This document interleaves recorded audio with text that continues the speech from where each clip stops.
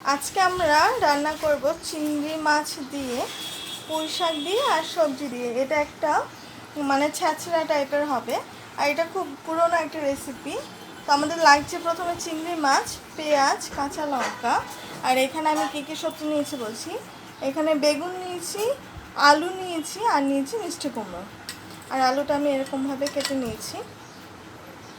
আর নিয়েছি পুঁই শাক, পুঁই শাকটা কেটে ভালো মতো ধুয়ে নিয়েছি। তাহলে চলুন দেখছি কীভাবে রান্না করা।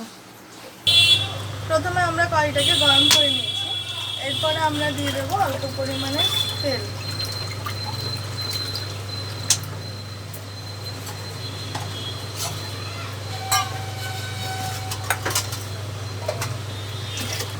তেলটা গরম হয়ে গেছে, এরপরে আমরা দিয়ে দেবো পেঁয়াজ আর কাঁচা লঙ্কাটা।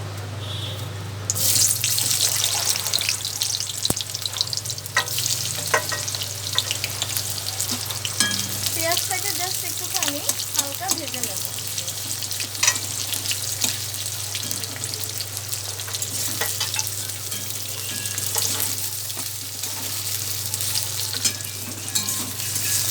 পেঁয়াজটা একটুখানি জাস্ট লাল লাল হয়ে আসবে আর আমি এর মধ্যে দিয়ে দেবো পরিমাণ মতো লবণ।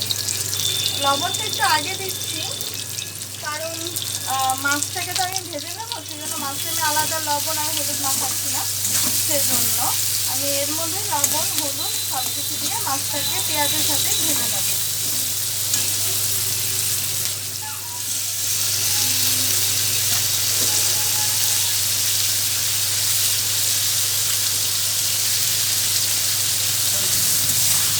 মাছটাকে পেঁয়াজের সাথে ভালো মতো ভেজে নেব আর আমি এর মধ্যে দিয়ে দেবো হলুদ।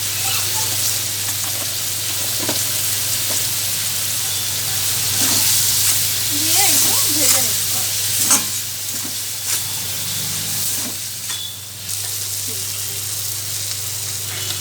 চিংড়ি মাছটা পেঁয়াজটা আমার ভাজা ভাজা হয়ে গেছে।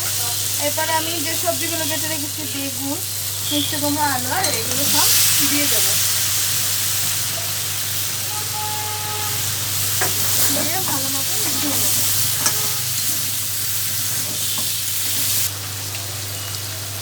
সবজিগুলো একটুখানি মিনিট 2-3 মতো ভেজে নিতে হবে, মানে জাস্ট কষাতে হবে।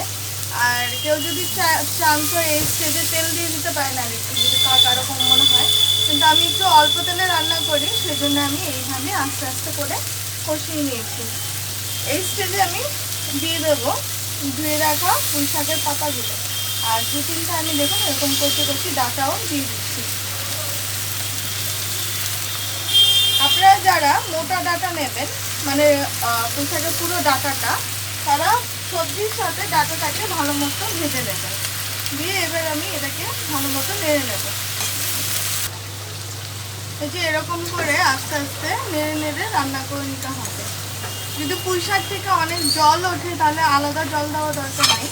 আর যদি ভাবেন যে পুঁই শাক থেকে জল উঠছে না আর সবজিগুলো সেদ্ধ হচ্ছে না, তাহলে এই সময়টাতে অল্প একটু পরিমাণে জল দিয়ে দেবেন।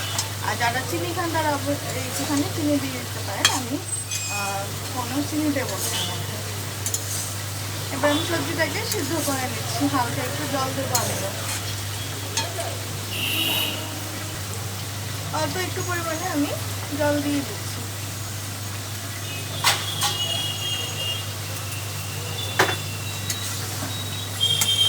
দিয়ে এটাকে এবার একটু ভালো মতো মিশিয়ে নিতে হবে।